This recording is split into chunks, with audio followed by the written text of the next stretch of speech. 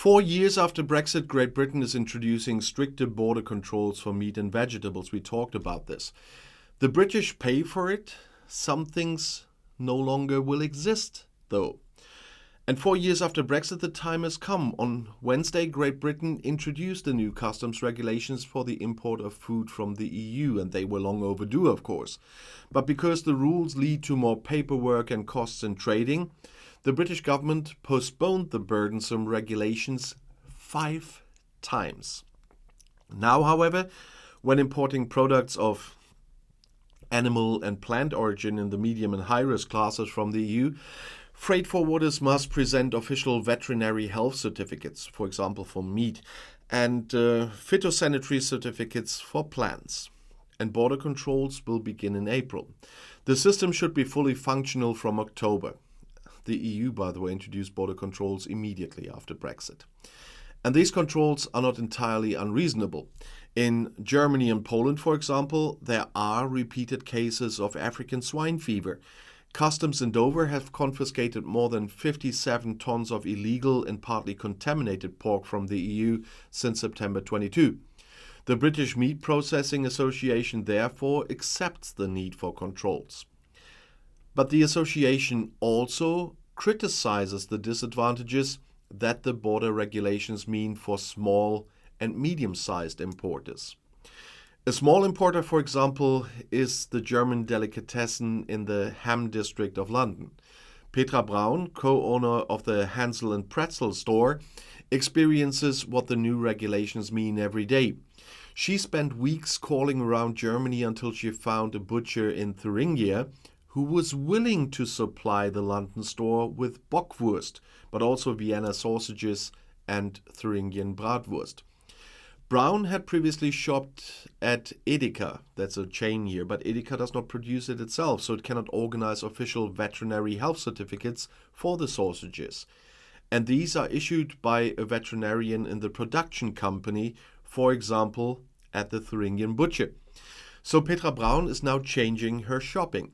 She pays the German butcher the costs of the veterinarian's additional work, and she inevitably passes on the higher expenses to the prices of her products in the London store. Petra Braun, of course, is relieved to have found new butchers in Thuringia and Swabia at least, but their customers in London will still be disappointed. From now on, there will be no more Weisswurst and no Nuremberg Bratwurst. And the reason is, we can't buy a whole pallet of white sausage from a Bavarian butcher or a whole pallet of Bratwurst from a Nuremberg butcher. We don't sell that much. And this means our range becomes smaller, she says. There won't be any white asparagus in spring either. And that is the consequence of Brexit. The Meat Association BMPA is worried that there may not be enough veterinarians in the meat factories in Germany and the Netherlands to quickly sign off on deliveries for export to Great Britain, especially shortly before the weekends.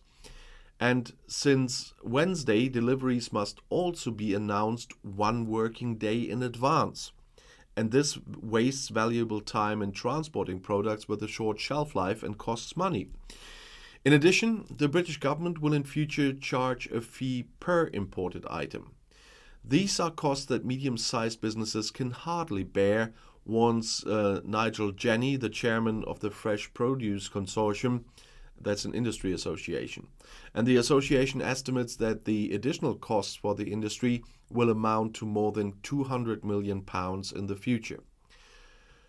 What Petra Braun is experiencing on a small scale with the German business is now causing headache for the entire British food industry. Up to now, medium-sized importers in Great Britain in particular have ordered trucks with group loads of different foodstuffs. This no longer works. That was also explained by the Association of the Meat Processing Industry when asked. And the risk is too great that the official veterinary health certificate for a product in the truck is not correct, and the entire truck will then be held up. Retailers will increasingly move towards ordering the largest possible quantities of individual products and no longer a hodgepodge of different foods. And this in turn can only be afforded by large importers who can order large quantities. It will be difficult for small businesses. They can't take on so much. It's bad for medium-sized businesses. That was said by a spokeswoman for the association. And she hopes for a veterinary agreement with the EU, as opposition leader Keir Starmer repeatedly calls for. But the British government is cautious. And the reason is Brexit is intended to lead to the United Kingdom entering into favorable trade agreements with countries overseas so that these countries deliver cheaper food. And that's why Brexit supporters such as Conservative MP Jacob Rees-Mogg have been promising for years that Brexit would lead to cheaper food prices. Well, so far that's definitely not the case. However, in order to conclude free trade agreements with the USA or Canada, and we talked about that one, the UK must be able to import hormone-treated meat, for example. And the Brexit supporters are therefore insisting that Great Britain break away from the strict EU regulations. However, deviations would conflict with a veterinary agreement with the EU. This would require that the EU and the UK follow the same rules. And then both sides could largely forego border formalities and controls. We have to comply with EU regulations anyway, otherwise we would hardly be able to export meat to the EU, says the BMPA. The Brexit supporters' plan did not work for another reason. Wholesalers buy food primarily from neighbouring countries. And according to the British Food and Drink Federation, the United Kingdom imports 79.4% of the vegetables it buys from abroad and 39.7% of the fruits it imports from the EU. And these imports are now becoming more complicated and time-consuming. The British public pays for this with higher prices, and not just in the German delicatessen, by the way. In Great Britain, more and more restaurants are also having to close. Last year alone, an average of more than 10 restaurants and pubs closed per day by September. The number of restaurants in the country is below 100,000 for the first time, and the cost of living crisis in the United Kingdom is partly to blame. We haven't seen anything like this since the financial crash of 2010, admits Kate Nichols from the UK Hospitality Industry Association to German media.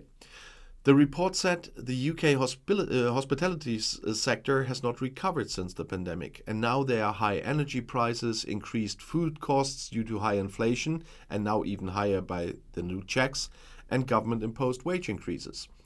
And reservations have also stopped due to the increasing cost of living. And small independent businesses that have fewer cash reserves are particularly affected by the closures, said Paul Wilson of the Federation for Small Businesses. Many of our members had to take out loans to get through the pandemic, so they are still paying them off, on top of all the other economic worries. That's what Wilson told German media as well. This was different in other Western countries. Companies there would have received grants rather than loans. The industry associations are calling on the government to take immediate measures, such as a reduction in VAT. This is currently 20% higher than in any other country in Europe, with the exception of Denmark. Kate Nichols believes a reduction would provide an immediate boost to the industry. However, many restaurateurs have now given up hope in politics. We've been screaming and shouting for a year and a half, says landlord Tony Rodd, who has to close his restaurant. But they turned their backs on us, he said. It is now dawning on many Brits that leaving the EU will have more serious consequences than former Prime Minister Boris Johnson once promised. And many new regulations are only now coming into force. On Valentine's Day, Brits also like to express their affection for their partner with one or more flowers, of course. But there's a problem. Bouquets will not only become more expensive on the island, they could also temporarily become a scarce commodity. And this is due to Brexit, which, as once promised by Conservative former Prime Minister Boris Johnson, is far from being off the table in Great Britain. Border controls, which have been postponed again and again since leaving the European Union, as I said in the beginning of the video, are actually coming into force this spring. Not only incur high costs and possible delays for British consumers and companies, but are also threatened with bottlenecks from the EU in case of imported foods and fresh flowers.